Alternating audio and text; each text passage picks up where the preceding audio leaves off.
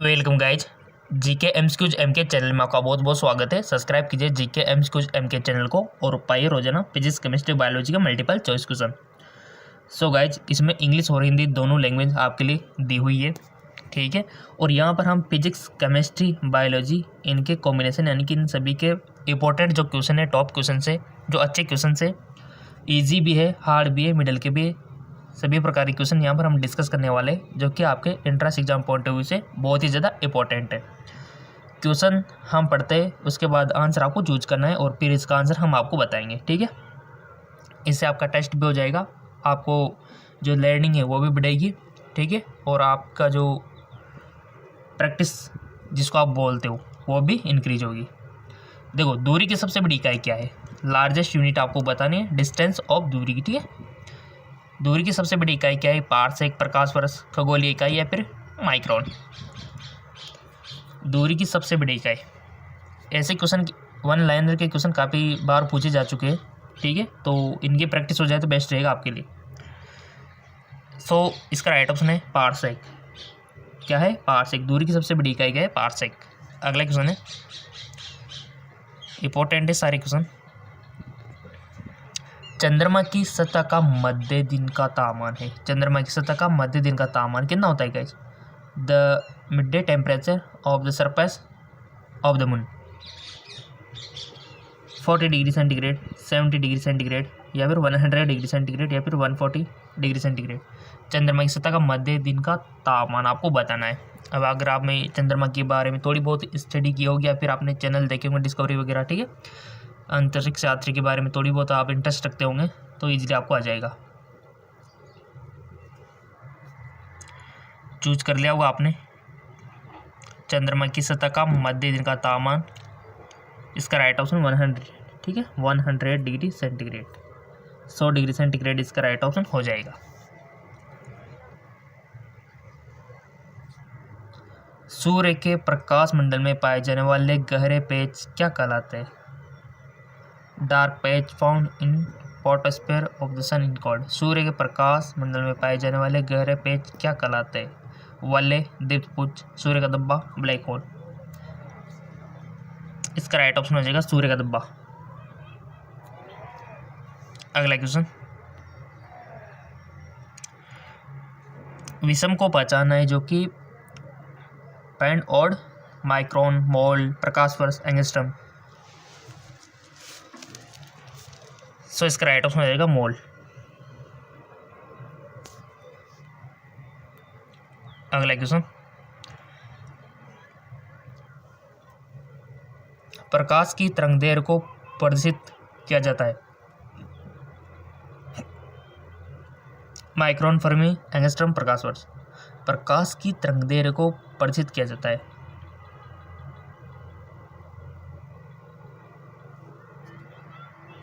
सो इसका right option हो जाएगा आपका एंगस्ट्रम, ठीक है। क्या हो जाएगा? एंगस्ट्रम। प्रकाश की तरंगदैर्घ्य को प्रदर्शित किया जाता है, एंगस्ट्रम इसका राइट ऑप्शन हो जाएगा। अगला question, the SI unit of temperature यानी कि ताप की एसआई इकाई है? Second, kelvin, Celsius, Fahrenheit. ताप की एसआई इकाई, सो इसका राइट ऑप्शन हो जाएगा आपका केल्विन, ठीक है। केल्विन इसका राइट ऑप्शन हो जाएगा।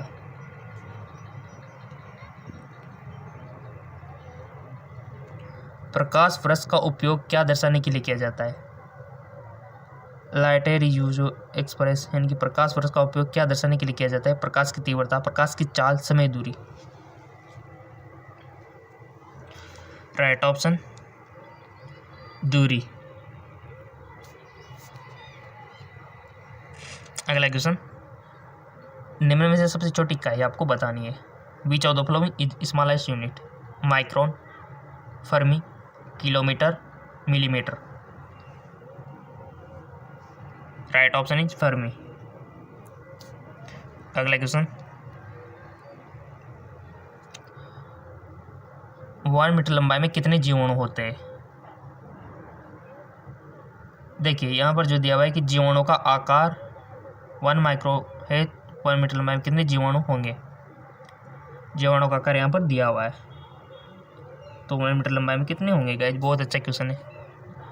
The size of bacteria is 1 micrometre, find the number of bacteria in 1 metre length, 10⁻⁹, 10⁻⁶, 10⁻⁶ या फिर 10⁻⁹, कितने जीवाणु होंगे, नंबर ऑफ बैक्टीरिया आपको बताना है। लगाइए अपनी गिनती जो भी आपने सीखी है, और रफ पेज का आप यूज कर सकते हो। सो इसका राइट ऑप्शन 10⁶। नेक्स्ट, निम्न में कौन सा यौगिक ओलियम से मिलता है? ओलियम जानते हो ना गाइज, केमिस्ट्री पढ़ी होगी आपने तो इजीली आ जाएगा। Which compound among the following is contain is oleum? इसका आंसर के लिए पहले तो आपको ओलियम को जानना है। देखो, या कोई अगर कंपाउंड दिया हुआ है, कुछ विशेष नाम उनका होता है, वो आपको याद रखना चाहिए, ठीक है। तो ओलियम से मिलता है। बताओ, अब जो इंटेलिजेंट होंगे वो इसका आंसर दे देंगे। सो इसका राइट ऑप्शन हो जाएगा आपका H2SO4, ठीक है, H2SO4 ये ओलियम से मिलता है। अगला क्वेश्चन, स्थिर दाब पर गैस के निश्चित द्रव्यमान के लिए गैस का आयतन ताप बढ़ाने पर बढ़ता है और ठंडा करने पर घटता है। यह कथन किससे संबंधित है? बॉयल का नियम, अवगाद्रो नियम, गिलुसे का नियम, चार्ल्स का नियम।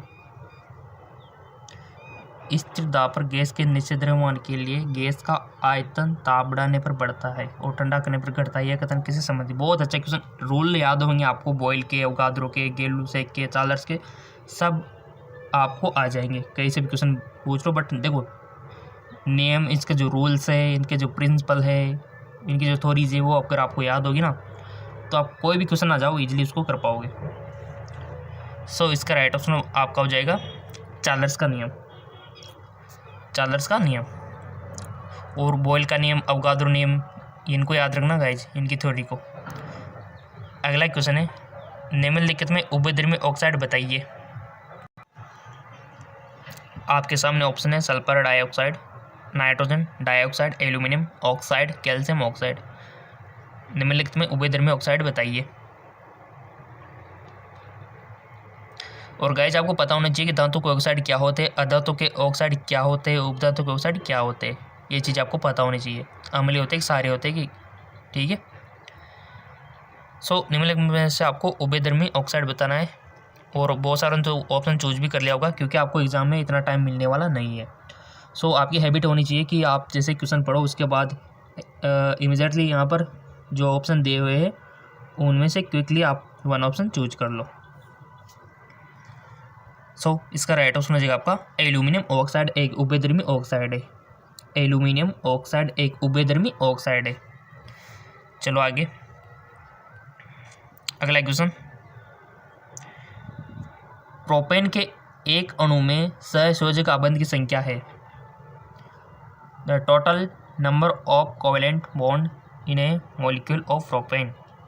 प्रोपेन के एक अणु में सहसंयोजक आबंध की संख्या है 8, 10, 12, 9। सो इसका राइट ऑप्शन चूज कर लिया होगा आपने, चूज कर लिया करो गाइस, बिना कहे आप वन ऑप्शन तो आपको करना ही चूज। जैसे हम इसको रीड करते, रीड होने के बाद, कंप्लीट होने के बाद आप इनको जैसे हम ऑप्शन बोलते हैं तो आप चूज कर लिया करो जो भी आपकी नॉलेज के अकॉर्डिंग, ठीक है। सो इसका राइट ऑप्शन हो जाएगा 10। नेक्स्ट, एलपीजी खाना पकाने वाली गैस के मुख्य अवयव। ये जो क्वेश्चन है ये गाइज हमारे टाइम पे आया था, ठीक है, जब हमने एंट्रेंस एग्जाम दिया था उस टाइम पे आया था ये। एलपीजी खाना पकाने वाली गैस के मुख्य अवयव है मीथेन एवं एथेन, एथेन एवं प्रोपेन, प्रोपेन एवं ब्यूटेन, ब्यूटेन एवं पेंटेन।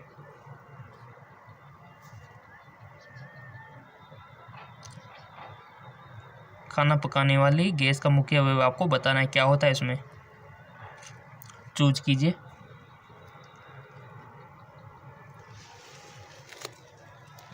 सो इसका राइट ऑप्शन हो जाएगा आपका प्रोपेन एवं ब्यूटेन, प्रोपेन एवं ब्यूटेन इसका राइट ऑप्शन हो जाएगा।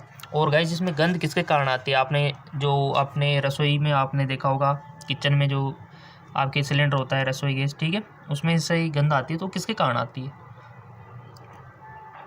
मेथाइल मेरकैप्टोन, मेथाइल मेरकैप्टोन, याद रखना इसको, ठीक है। नेक्स्ट क्वेश्चन, क्योंकि इसमें मिला दिया जाता है ताकि आपको पता लग जाए कि कैसे लिंकेज हो रही, नहीं तो आपको कैसे पता चलेगा, तो उसमें मेथाइल मेरकैप्टोन मिला दिया जाता है। कपड़ों को सुखाने के लिए रस्सी पर क्यों फैलाया जाता है? देखो साइंस है, अब आप कहोगे कि सुखाया जाता है, बट ऐसा थोड़ी है कि इसमें साइंस है कि क्यों सुखाया जाता है। जिससे कि उसमें सलवट ना पड़े, उन्हें पूर्ण आकार में लाने के लिए प्रेस करना आसान होता है, उनमें पानी के वाष्पीकरण के दर को बढ़ाने के लिए, या फिर कपड़ों के रंग को सुनिश्चित करने के लिए। बताओ, साइंस छिपी हुई है। अब आप किसी आम आदमी से ऐसे पूछोगे कि कपड़ों को रस्सी पर क्यों सुखाया जाता है, तो वो तो बेवकूफ़ समझेगा, बट ऐसा नहीं है, इसमें साइंस छिपा हुआ है। वो तो यही कहेगा सुखाया जाता है तो सुखाया जाता है, बट ये बात नहीं क्यों सुखाया जाता है, यहाँ पर क्या साइंस लगा हुआ है। जैसे अपन कहते हैं ना कि नीचे क्यों गिरती है वस्तु, आम आदमी के लिए तो गिरती है, बट आपके लिए साइंस के स्टूडेंट हो, आपको थोड़ा सा दिमाग लगाना पड़ता है यहाँ पर, ठीक है। सो इसका राइट ऑप्शन हो जाएगा आपका कि यहाँ पर उनमें पानी के वाष्पीकरण की दर को बढ़ाने के लिए तार पे सुखाया जाता है, क्योंकि क्षेत्रफल बढ़ेगा तो वाष्पीकरण की दर भी बढ़ेगी, ठीक है। अगला क्वेश्चन, लुईस अमल वे यौगिक के जो, बताइए, इलेक्ट्रॉन को ग्रहण करते हैं, इलेक्ट्रॉन का त्याग करते हैं, इलेक्ट्रॉन के युग्मों को ग्रहण करते हैं, इलेक्ट्रॉन के युग्मों का त्याग करते हैं। लुईस अमल वे यौगिक के जो, बताओ। इसका राइट ऑप्शन हो जाएगा आपका इलेक्ट्रॉन के युग्मों को ग्रहण करते हैं, इलेक्ट्रॉन के युग्मों को ग्रहण करते, राइट। अगला क्वेश्चन, दहन की प्रक्रिया में गैस का अवशोषण होता है और गैस बाहर निकलती है। बताओ, during the combustion process of gas which absorb in and the gas give out. दहन की प्रक्रिया में कौन सी गैस का अवशोषण होता है और कौन सी गैस बाहर निकलती है? बताओ अब आंसर। N2 अवशोषित होती है, CO2 निकलते हैं, CO यानी कि कार्बन मोनोऑक्साइड अवशोषित होती है, CO2 बाहर निकलते हैं, O2 अवशोषित होती है, CO2 बाहर निकलते हैं, N2 अवशोषित होती है या फिर O2 बाहर निकलती है दहन की प्रक्रिया में। इसका राइट ऑप्शन हो जाएगा आपका O2 CO2, यानी कि O2 अवशोषित होती है और CO2 बाहर निकलती है दहन की प्रक्रिया में। जी हाँ, बिल्कुल। O2 क्या होता है गाइस, अगर किसी भी चीज़ को जलाना है तो ऑक्सीजन की रिक्वायरमेंट होगी, और जैसे वो जलेगी तो CO2 छोड़ेगी, ठीक है। सिंपल सी बात है, बिना ऑक्सीजन के आप पढ़ते आ रहे होंगे कि किसी भी चीज़ का जलना पॉसिबल नहीं है, ऑक्सीजन है तभी जलती हो कोई भी वस्तु होगी, ठीक है। अगला क्वेश्चन, बेकिंग सोडा में टार्टरिक अम्ल का क्या कार्य है? What is the function of tartaric acid baking powder? Baking के समय सोडियम कार्बोनेट को उदासीन करने के लिए, मधुरक की तरह बुनी वस्तु को हल्का तथा परिफलन करने के लिए, परीक्षण की तरह। टाइम दिया जा रहा है आपको ऑप्शन चूज करने का, कोई दिक्कत नहीं।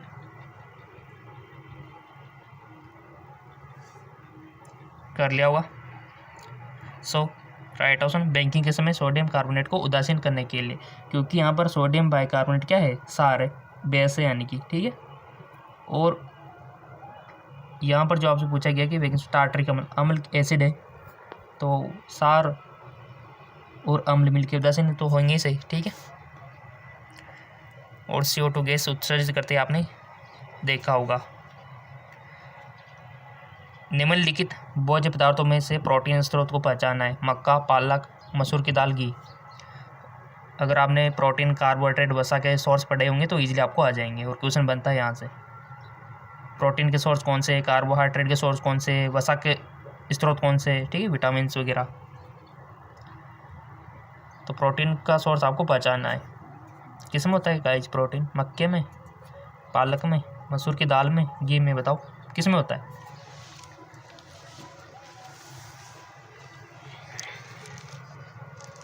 चूज कर लिया होगा। इसका राइट ऑप्शन है मसूर की दाल में। सिंपल सी बात है, दिमाग लगाने वाली बात है कि दालों में ही तो प्रोटीन होती है, ठीक है ना। और जो घी, तेल, चिकनी चीज़ें होती है, इसमें क्या होता है गाइस, इनमें होता है फैट यानी कि वसा, ठीक है। और पालक में आयरन, इस प्रकार विटामिन आप याद रख सकते हो।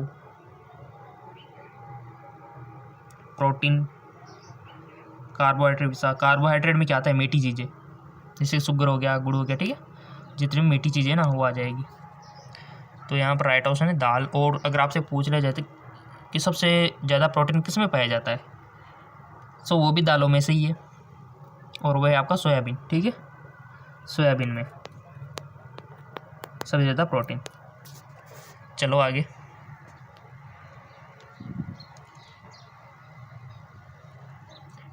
निम्नलिखित में से क्या जंतुओं से प्राप्त नहीं होता है, यानी कि आपको याद होना चाहिए कि क्या क्या प्राप्त होता है। Which of this not obtained from animal. मांस, दूध, अंडे, दालें, बताइए। ओह सिंपल सा क्वेश्चन है। सो गाइज दालें प्राप्त नहीं होती है, ठीक है, बट ये आपको कंफ्यूज करने के लिए एग्जामिनर ऐसे क्वेश्चन देता है जानबूझ के, ठीक है ना। चलता है आगे और गाइज इसी थोड़े से अगर आपको हार्ड क्वेश्चन चाहिए तो हमारा जेके लोन जॉब चैनल, आपके लिए 2 चैनल हमने बना रखे हैं ताकि आपको एक ही दिन में ज़्यादा वीडियो मिल सके। तो जेके लोन जॉब चैनल को फॉलो कर लेना, लिंक नीचे दिया हुआ है डिस्क्रिप्शन में, फिजिक्स, केमिस्ट्री, बायोलॉजी के लिए, ठीक है। क्वेश्चन भी यही आएंगे आपके एंट्रेंस एग्जाम में। सोयाबीन तथा एवोकाडोस मुख्य स्रोत है। Soybean and avocados are rich source, carbohydrate के, प्रोटीन के, वसा के, रेसे के। सोयाबीन एवं किसके स्रोत है, आ गया होगा तो क्वेश्चन आपको, अभी तो हम इसको करके निकले। इसका राइट ऑप्शन हो जाएगा आपका प्रोटीन के होते क्या जी, मटर हो गया, चना हो गया, ठीक है, जितने भी दालें हैं, मसूर, मूंग, सब जानते हो। लड़कियां तो सब जानते हो कि दालें वाली बनाती होगी, तो ठीक है, उनको तो पता होगा क्योंकि उन दालें को बनाई होगी। अभी तो आप क्या है स्टूडेंट हो तो पता नहीं होगा, बट अगर आप हेल्प करते होंगे पता होगा घर में, ठीक है, कौन कौन सी दालें होती है। बहुत सारी होती है वैसे दालें, गर्ल्स को पता होगा। आलू, गाजर, चुकंदर तथा मूली पौधे का है, यानी कि यहाँ पर डैश आपको क्या आना चाहिए, यहाँ पर आलू, गाजर, चुकंदर तथा मूली पौधे का क्या है भाई, यहाँ पर क्या आना चाहिए, तना, जड़, फल, पत्तियाँ।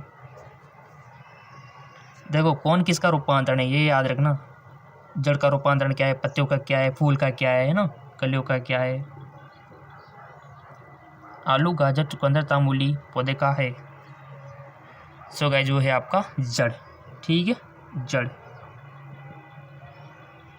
चुकंदर, मूली, जड़, ठीक है। अगला क्वेश्चन देखो, मिस प्रिंट हो, कोई भी क्वेश्चन हो जाए तो बोल दिया करो, ठीक है, नेक्स्ट वीडियो में इसको सोल्व कर लेंगे, हो सकता है कोई भी क्वेश्चन मिस प्रिंट।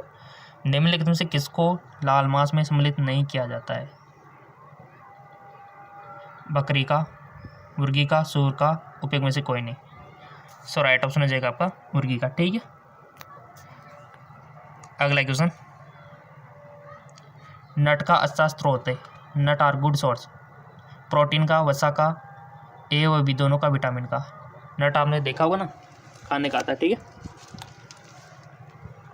और अभी तक आपने फेसबुक, इंस्टाग्राम पे फॉलो नहीं किया तो लिंक हमने नीचे डिस्क्रिप्शन में दे रखा है, फॉलो कर लेना। और अगर आपको इसी प्रकार के क्वेश्चन चाहिए तो बता देना, या फिर आपको पहले वाले चाहिए जो हम करते आ रहे थे तो बता देना कमेंट करके, क्योंकि उसके अकॉर्डिंग ही वीडियो हम आपके लिए बनाएंगे। किस इसी प्रकार के चाहिए या फिर पहले वाले चाहिए। सो इसका राइट ऑप्शन हो जाएगा गाइस आपका ए और बी दोनों, यानी कि प्रोटीन का और वसा का दोनों का नट अच्छा स्रोत है, तो बेस्ट होता है बी। और कमेंट करके आप बताइए कि आपको इसी प्रकार की वीडियो चाहिए या फिर पहले वाली वीडियो चाहिए।